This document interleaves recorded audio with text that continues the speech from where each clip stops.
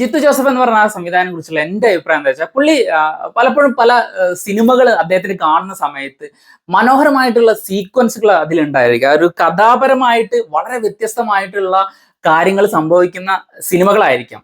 Especially ക്ലൈമാക്സിൽ ഒരു കിടിലൻ high തരുന്ന പല ത്രില്ലേഴ്സും അദ്ദേഹം തന്നെ നമുക്ക് ഇതിനു മുമ്പ് നമുക്ക് വേണ്ടി എടുത്തു വെച്ചിട്ടുണ്ട്. പക്ഷേ ആ ക്ലൈമാക്സ് എന്ന് പറയുന്ന ആ ഒരു ഒറ്റൊരു എലമെന്റിന്റെ കാര്യത്തിലായിരിക്കും പലപ്പോഴും ജിത്തു ജോസഫിന്റെ സിനിമകൾ ഓർക്കപ്പെടുക. മൊത്തത്തിൽ സിനിമയുടെ ഒരു ആകത്തുക എടുക്കുന്ന സമയത്ത് അദ്ദേഹം ഒരു ജസ്റ്റ് അബോ ആവറേജ് ഫിലിം മേക്കർ ആണ് എന്നാണ് എനിക്ക് തോന്നിയിട്ട്. ഫിലിം മേക്കർ, അതായത് നമുക്ക് വളരെ ഇൻട്രസ്റ്റിംഗ് ആയിട്ട് ഒരു സീനോ അല്ലെങ്കിൽ ഒരു സീക്വൻസോ ഓൺ സ്ക്രീനിൽ എക്സിക്യൂട്ട് ചെയ്യുന്ന ആ ഒരു കാര്യം പരിഗണിക്കുമ്പോൾ ജിത്തു ജോസഫ് അത്ര ഒരു മാസ്മരികമായിട്ടുള്ള ഒരു അദ്ദേഹത്തിന്റെ കയ്യൊപ്പ് പതിപ്പിച്ച ഏതെങ്കിലും സിനിമ ഉണ്ടോ എന്ന് എനിക്ക് സംശയമാണ്. കാരണം പലപ്പോഴും അദ്ദേഹം ഒരു സീരിയൽ കൈൻഡ് ഓഫ് മേക്കിംഗ് ആണ് സിനിമകൾക്ക് കൊണ്ടുവരാറുള്ളത്. അത് ഞാൻ സീരിയലിനെ ഇകഴ്ത്തി പറയുകയല്ല, സീരിയലിന്റെ ഒരു ബഡ്ജറ്റ് പരിമിതി കാരണമായിരിക്കും ഒരു സിംഗിൾ ഹൈ ഇന്റൻസിറ്റി ലൈറ്റ് ഒരു റൂം മൊത്തം ഇലുമിനേറ്റ് ചെയ്തിട്ടൊക്കെ ആയിരിക്കാം ചിലപ്പോൾ സീരിയൽ എടുക്കുക. അതായത് നിങ്ങൾ ശ്രദ്ധിച്ചു കഴിഞ്ഞാൽ മനസ്സിലാവും സീരിയലിൽ ഈ ഷാഡോസിന്റെ കാര്യങ്ങളൊക്കെ വളരെ കുറവായിരിക്കും. അതുപോലെയുള്ള പല സീൻസും ജിത്തു ജോസഫിന്റെ സിനിമകൾ കാണാം. അതും അദ്ദേഹത്തിന്റെ സൂപ്പർ ഹിറ്റ് ആയിട്ടുള്ള സിനിമകൾ നമുക്ക് കാണാൻ പറ്റും.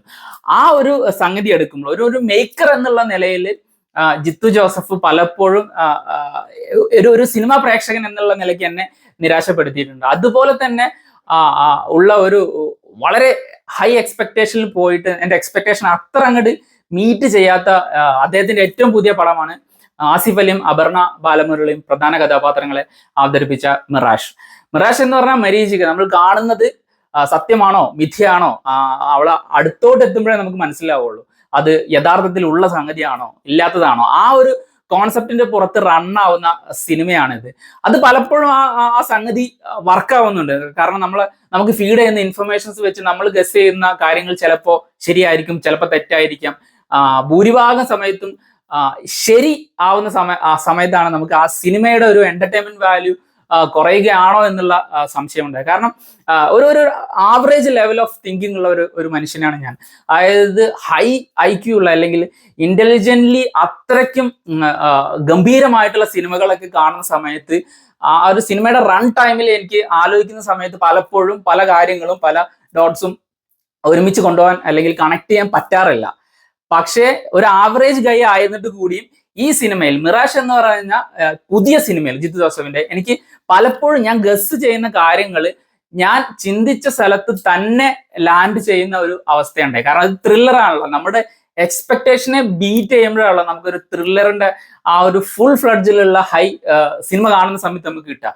അപ്പൊ നമ്മൾ ഗസ് ചെയ്യുന്ന കാര്യങ്ങൾ പലപ്പോഴും അവിടെ തന്നെ എന്താണോ വിചാരിച്ചത് അവിടെ തന്നെ ചെന്ന് വീഴുമ്പോഴുള്ള ആ ഒരു നെഗറ്റീവ് ഫീല് സിനിമയിൽ പല ഭാഗത്തും ഉണ്ടായിരുന്നു. എനിക്ക് അതിനുള്ള പ്രധാന കാരണമായിട്ട് തോന്നിയിട്ടുള്ളത് അദ്ദേഹത്തിന്റെ കാസ്റ്റിംഗ് തന്നെയാണ്. കാസ്റ്റിംഗ് ഇൻ ദ സെൻസ് ഈ സിനിമയിൽ ഇൻഡിവിജ്വൽ ആയിട്ടുള്ള പെർഫോമൻസ് എടുക്കുമ്പോൾ ഇപ്പൊ ആസിഫ് അലി ആയാലും അപർണ ബാലമുരളി ആയാലും അവരുടെ റോള് ആ ക്യാരക്ടറിനെ അവർ ഡെലിവർ ചെയ്യുന്നുണ്ട്. പക്ഷെ ആ ക്യാരക്ടറുകളെ ഇവർ ആക്ട് ചെയ്യുന്ന സമയത്ത് ജിത്തു ജോസഫിന്റെ ഓൾറെഡി ജിത്തു ജോസഫ് ആക്ട് ചെയ്യിപ്പിച്ചിട്ടുള്ള ഇതേ ആക്ടേഴ്സ് തന്നെ അത് ചെയ്യുന്ന സമയത്ത് അദ്ദേഹത്തിന്റെ ബ്രാൻഡിൽ വരുമ്പോൾ നമ്മളുടെ ഒരു എക്സ്പെക്ടേഷൻ ഉണ്ട്, അല്ലെങ്കിൽ നമ്മൾ ആ ക്യാരക്ടറിനെ ആ ക്യാരക്ടറുകളുടെ പെർഫോമൻസ് ഓൺ സ്ക്രീനിൽ കാണുന്ന സമയത്ത് ഒരു പ്രെഡിക്റ്റബിലിറ്റി ഉണ്ട്. ഇദ്ദേഹം ഇന്നത് ചെയ്യാം, ഇന്നതായിരിക്കാം ആ കഥ.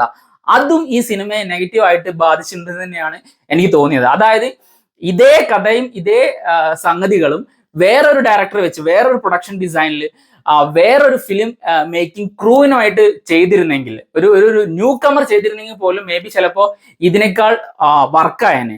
അതിന്റെ ആ ഒരു പ്രെഡിക്റ്റബിലിറ്റി എന്ന് പറയുന്ന ആ ഒരു ഫാക്ടർ ഒരുപാട് കുറഞ്ഞേനെ എന്നാണ് എനിക്ക് സിനിമ കണ്ടപ്പോൾ തോന്നിയത്. അതുപോലെ തന്നെ ജിത്തു ജോസഫിന്റെ വേറൊരു വിഷയമാണ് അദ്ദേഹം സെലക്ട് ചെയ്യുന്ന ഈ ജൂനിയർ ആർട്ടിസ്റ്റുകളുടെ കാര്യം.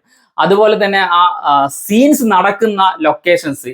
ഇനി ഞാൻ പറയാൻ പോകുന്ന കാര്യം പല ആളുകൾക്കും വിയോജിപ്പ് ഉണ്ടായിരിക്കും. എന്നിരുന്നാലും അദ്ദേഹത്തിന്റെ തന്നെ സൂപ്പർ ഹിറ്റ് സിനിമയായ ദൃശ്യത്തിൽ വളരെ ഇമ്പോർട്ടന്റ് ആയിട്ടുള്ള ഒരു സീന് നടക്കുന്ന സമയത്ത് നമ്മുടെ ലാലേട്ടൻ ആശാ ശരത്തിനോടും അതുപോലെ തന്നെ സിദ്ദിഖിനോടും അവരുടെ മകനെ കൊലപാതകം ചെയ്ത ആ ഫാമിലി ഞങ്ങളാണെന്ന് പറയാതെ പറഞ്ഞ് കൺഫസ് ചെയ്യുന്ന ആ ഒരു സീൻ ജിത്തു ജോസഫ് ഷൂട്ട് ചെയ്തിരിക്കുന്ന വളരെ ഓപ്പൺ ആയിട്ടുള്ള ഒരു സ്പേസിലാണ്.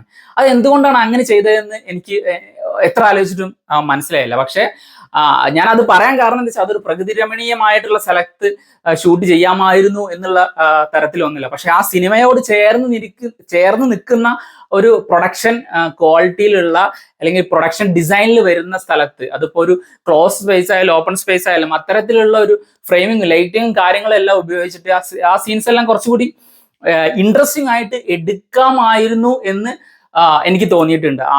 ആ ഒരു ഘടകം ഉണ്ടല്ലോ, പലപ്പോഴും വളരെ ലേസി ആയിട്ട് ഇത്തരത്തിലുള്ള ആ ക്രിയേറ്റീവ് ആസ്പെക്ട് ഒക്കെ നോക്കി കാണുന്ന വ്യക്തിയാണ് ജിത്തു ജോസഫ് എന്ന് പറയുന്ന ആ ഒരു സംഗതി.